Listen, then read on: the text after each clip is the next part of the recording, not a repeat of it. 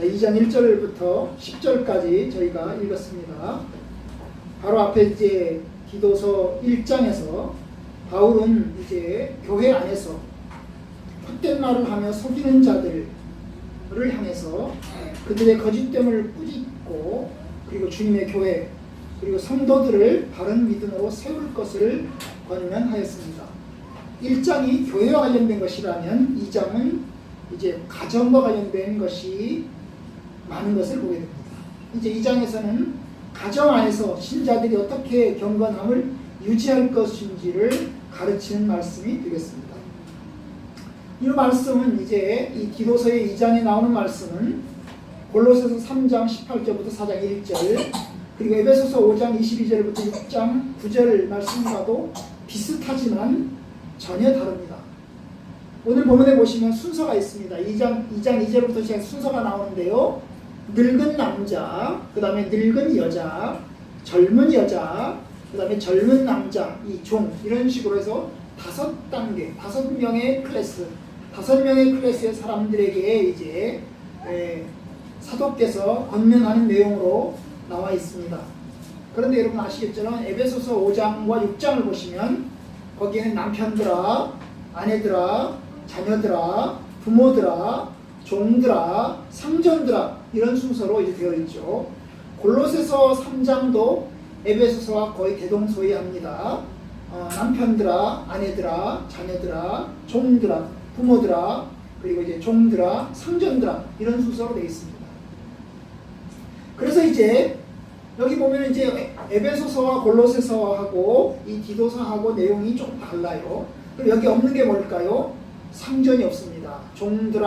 종들에 대한 이야기를 하지만 상전들에 대한 이야기는 없습니다.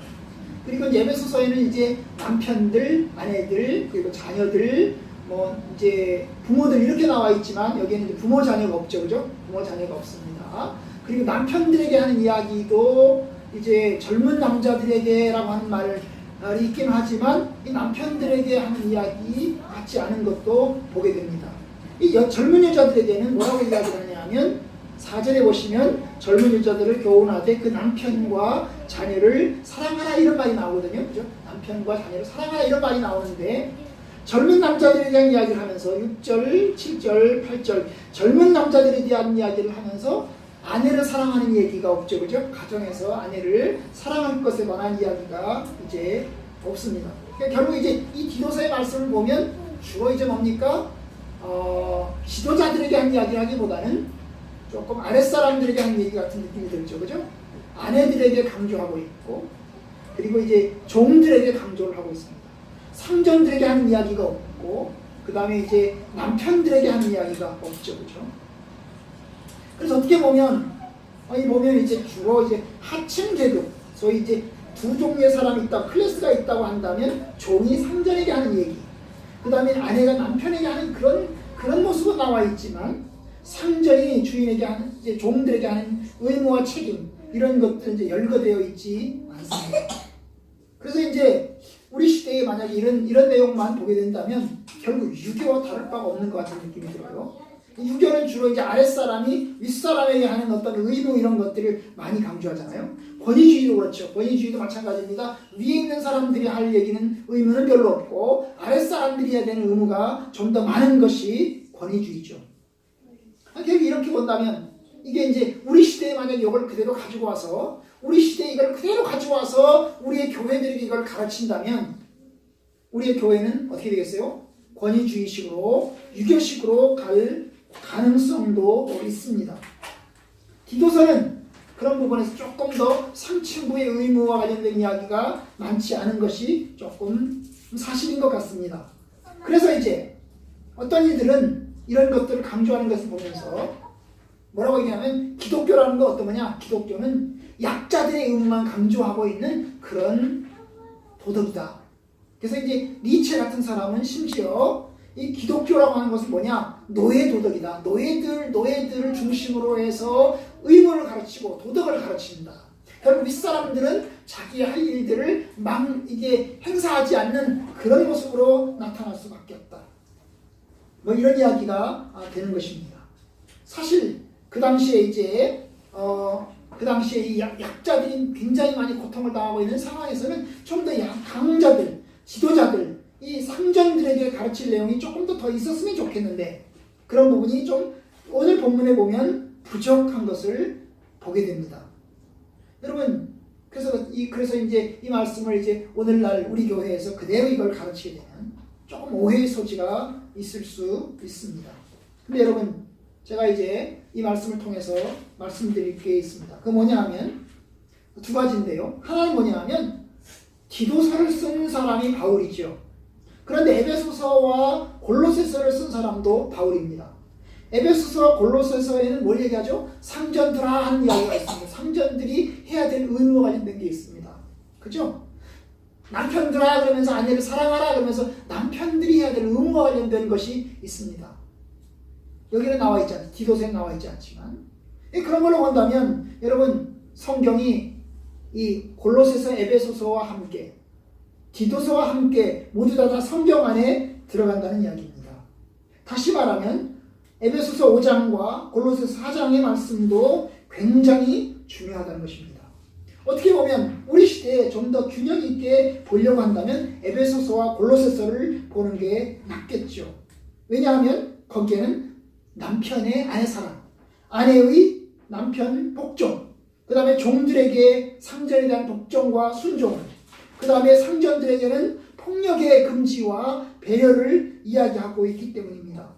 그런 의미에서 여러분 균형 있게 보셔야 될 것 같아요.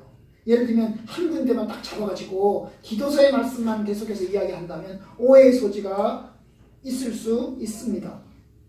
사실 오늘날 우리 시대에 보시면 아시겠지만 최근에 나온 미투 운동이니 촛불혁명이니 뭐 이런 것들이 다 뭡니까? 약자들이 소위 지도자 3층부에 대한 어떤 요구 혹은 그러한 이제 목소리를 높이는 거 아니겠습니까?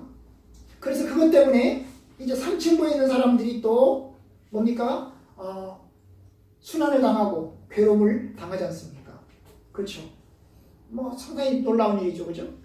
여러분 오늘 이제 우리 교단의 총신대학교와 관련된 정부의 발표가 나왔죠. 총신대학교 총장을 파면하기로 결정을 했고, 그 다음에 이제 이사들 15명을 전부 다 해임하기로, 이사장부터 시작해서 전부 다 해임하기로 결정을 했다고 합니다. 굉장한 거죠. 지금 30년 전, 40년 전에 있을 수 없는 일입니다. 있을 수 없는 일이에요. 그런데 그와 같은 일이 최근에 일어납니다. 왜냐하면 3층부에 있는 지도자들이 좀 더 자기의 임무를 신실하게 감당하지 못하는 것에 대한 연약한 자들의 목소리가 많이 반영이 된 것입니다. 바로 그런 면에서 우리는 이제 이 디도서의 말씀과 함께 골로새서와 에베소서의 말씀을 잘 들으셔야 될 거라고 생각합니다. 두 번째, 그러면 오늘 이제 생각할 것이 뭐냐 하면, 그러면 왜 이 디도서에서는 왜 이 상전들아라고 하는 말, 그리고 남편들에게 아내를 사랑하라 라고 하는 말이 들어있지 않을까요? 골로새서처럼 에베소서처럼 똑같이 균형 있게 다 얘기를 했으면 얼마나 좋았겠습니까? 그런데 디도서에는 그게 나와 있지 않습니다. 왜 그럴까요? 아마도 정확하게는 알 수 없지만 그레데섬, 이 바울이 이 디도서를 쓰고 있는 그레데섬의 그 상황이 어쩌면 아주 독특한 상황이라고 하는 것을 생각해 볼 수 있겠습니다. 어쩌면 이제 이 이단자들이, 그레데섬에 있는 이단자들이 거짓된 가르침을 가지고 교인들을 가르쳤는데, 그래서 이제 가정들을 이제 말하자면 가정들에게 거짓된 복음을 이제 가르치는데, 젊은 아내들이 남편과 자식을 버리고 금욕 생활을 한답시고 신앙 생활을 한답시고 이제 집을 뛰쳐나가거나, 또는 상전들에 대하여 종들이 자유를 얻었다고, 예수 안에서 우리는 자유를 얻었다고 고분고분하지 않고 말하자면 함부로 덤비는 그러한 일들 때문에 아마도 여러 가지 난리가 났던 것 같고, 그 난리 때문에 디도서의 가르침이 주어진 것으로 보여집니다. 만약에 그렇다면 그럴 수 있죠, 그죠? 만약에 이제 한쪽에서 너무 그런 부분이 일어나게 되면 결국에는 뭡니까? 그 반대되는 이야기를 할 수도 있지 않겠습니까? 바로 그런 의미에서 오늘 아마 그레데섬의 상황이 어쩌면 아내들에게 강조를 해야 될 상황, 또 종들에게 강조를 해야 될 상황 때문에 이 기도서의 말씀이 에베소서와 골로새서와는 다른 이야기로 이제 들려진 것으로 우리가 이해하시면 될 것 같습니다. 오늘 말씀은 이제 2장 1절부터 10절까지를 전부 다 보지 않고 1절하고 10절만 보도록 하겠습니다. 왜냐하면 본문에서 가장 중요한 것은 1절과 10절이기 때문입니다. 1절이 뭘까요? 1절은 오직 너는 바른 교훈에 합당한 것을 말하라. 바울은 기도에게 바른 교훈에 합당한 것을 합한 것을 말하라 그렇게 명령하고 있습니다. 여기 말한다는 말은 가르친다는 뜻이죠. 그죠? 사람들에게 가르쳐라. 바른 교훈에 합한 것을 가르쳐라. 바른 교훈에 합당한 것을 가르쳐라. 바른 교훈과 함께 바른 교훈에 합당한 것을 가르쳐라. 그런 이야기를 하고 있는 겁니다. 여러분, 오직이라고 하는 말은 일자와 연결되어 있습니다. 일자와 관련되어 있어요. 오직이라는 말은 우리나라 말로 오직이라고 번역을 했지만 원래 헬라어에서는 그러나입니다. 그러나. 이 그러나라고 하는 것은 1절과는 정반대 이야기, 1장과는 정반대 이야기를 하는 것입니다. 그 1장에 뭘까요? 1장에는 거짓 교사들에 대한 이야기를 합니다. 거짓 교사들이 잘못된 삶을 살고 잘못된 가르침을 주고 있다는 것입니다. 1장 16절 제가 읽어보겠습니다. 그들이 하나님을 시인하나 행위를 부인하니 가증한 자요 복종하지 아니하는 자요 모든 선한 일을 버리는 자니라. 이 그레데 섬에 있는 거짓 교사들이 신자들이죠. 신자들은 신자들이 돼 잘못된 신자들이 있는 것입니다. 올바른 신앙이 아닌 거죠. 입으로는 하나님을 시인하면서 실제로 행동으로는 하나님을 부정하고 하나님의 신앙을 부정하는 그런 잘못된 신자들에 관한 이야기를 하고 있습니다.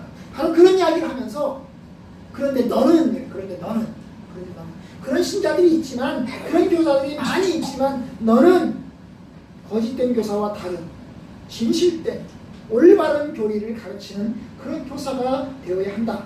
그런 이야기를 합니다. 여기서 2장 1절에서 두 가지가 있습니다.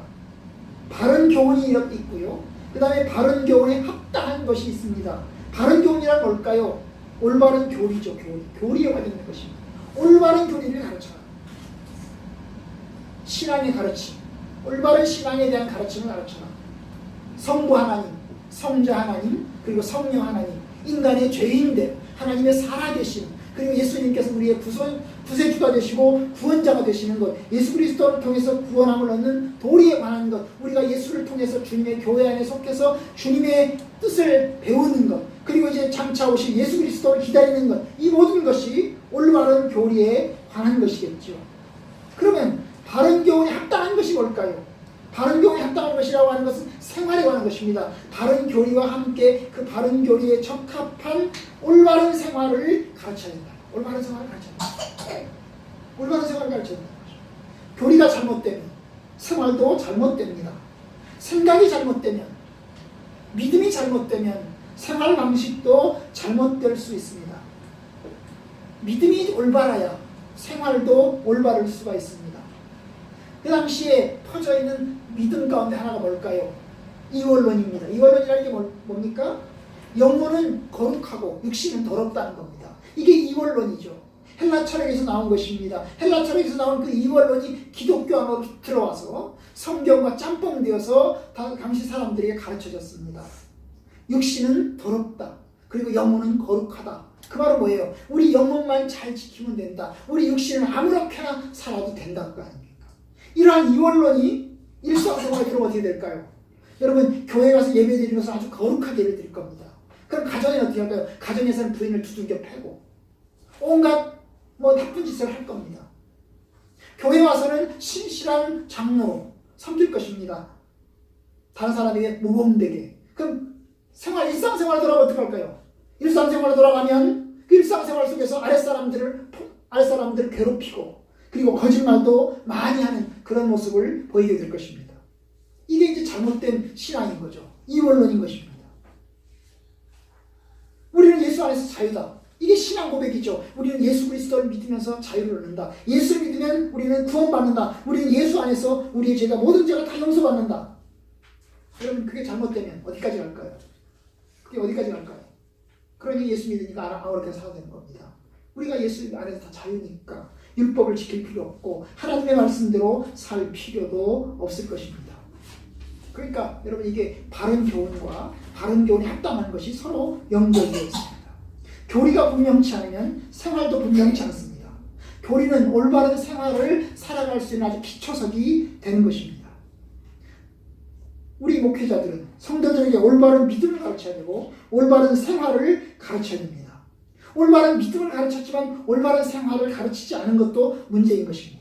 오늘 말씀에서 이야기하는 건 뭡니까? 올바른 생활을 가르치는 거예요. 올바른 믿음을 가르치라는 말이 아니고 올바른 생활을 가르치라 그 말입니다. 바른 교훈에 합당한 것을 가르쳐라. 이 바른 교훈에 합당한 것이라는 게 올바른 생활입니다. 올바른 생활. 생활 방식, 생활 양식에서 어떻게 하면 신자가 생활 방식을 살아갈 것인가. 여러분 2절부터 시작해서 9절까지 10절까지 쭉 나와 있는 내용을 쭉 읽어보시면 교리와 관련된 게 아닙니다. 이게 생활과 관련된 것입니다. 절제하고 경건하고 신중하고 온전하게 하고 행실 거룩하고 모함하지 말고 술에 종이되지 말고 선한 것을 가르치고 그리고 남편과 아내를 사랑하고 순전하고 신중하고 집안일을 하고 자기 남편에게 복종하고 그 다음에 뭡니까? 선한 본을 보이고 그 다음에 부패되지 말고 단정하고 책망할 것이 없는 바른 말을 하고 뭐 이 모든 것들이 생활과 관련된 것입니다. 그러니까 여러분 바울이 디도에게 이야기하는 게 뭐예요? 바른 교훈에 합당한 그 생활 방식을 가르쳐라. 어떻게 하는 게 올바른 생활인지, 어떻게 하는 게 올바른 신앙생활인지를 가르쳐라. 우리의 문제는 올바른 생활을 잘 가르치지 못한 거죠. 올바른 생활을 가르쳐야 그걸로 가정도 세우고 사회도 세우고 하나님의 나라를 올바로 세워갈 텐데 교리는 올바로 가르쳤을는지 모르지만 생활을 올바로 가르치지 못하니까 그것 때문에 생활 방식이 엉망진창인 것입니다. 그러다 보니까 올바른 교리를 가졌지만 올바른 신앙 생활 방식을 갖지 못한 경우가 아주 많습니다. 교리는 보수입니다. 엄청나게 보수입니다. 뭐 철저하게 교리를 잘 지킵니다. 그런데 여러분 그 안에서 여러 가지 부도덕하고 잘못된 일들이 많이 일어나지 않습니까? 그러니까 이제 디도가 말하는 겁니다. 바른 교훈에 합한 것을 말해라. 바른 교훈에 합당한 그것 생활 방식에 대해서 이야기를 하라. 그 이야기를 합니다. 왜 그 이야기를 할까요? 왜 합당한 이 생활 방식에 관한 이야기를 바른 교훈에 합당한 것을 가르치라고 얘기를 할까요? 그 이유가 이제 10절에 나와 있습니다. 그 이유가 10절에 나와 있습니다. 10절 끝에 보시면 중간에 보시면 뭐라고 얘기를 합니까? 10절 제가 읽어봅니다. 훔치지 말고 오직 참된 신선성을 나타내게 하라. 이는 범사에 우리 구주 하나님의 교훈을 빛나게 하려 함이라. 이 10절의 후반부는 9절에서 이어지는 종들에 관한 이야기입니다. 종들이 상전들을 어떻게 대해야 될 것인지, 상전들에게 순종해야 되고 그 다음에 상전들에게 대적하지 말고 그 다음에 상전들의 물건들을 훔치지 말고 그 다음에 정직하게 생활을 해야 된다. 그 얘기를 합니다. 그 이유가 뭘까요? 그 종들이 정직하게 해야 될 이유가 뭘까요? 상전들을 치받지 말아야 되는 이유가 뭘까요? 그 상전들에게 복종해야 되는 이유가 뭘까요? 바로 그 이유가 범사에 우리 구주 하나님의 교훈을 빛나게 하려 함이라. 하나님의 교훈을 빛나게 하려 한다. 하나님의 교훈을 빛나게 한다는 게 뭡니까?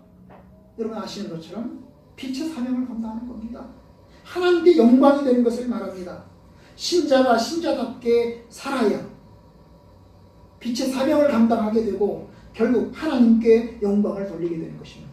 이 10절의 후반부의 이 내용은 단지 종들에 관한 이야기겠습니까? 아닙니다.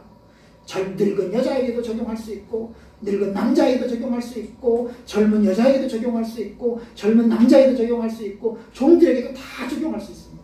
그들이 신자들이 바른 생활을 잘 감당해야 바른 생활을 잘 감당해야 올바른 생활을 감당해야 결국 빛의 사명 하나님의 교훈이 빛이 반짝반짝 나게 하는 겁니다. 여러분 신자가 신자답게 살지 못하면 신자가 욕먹는 게 아닙니다. 교회도 욕먹고 하나님의 영광도 가리우게 됩니다.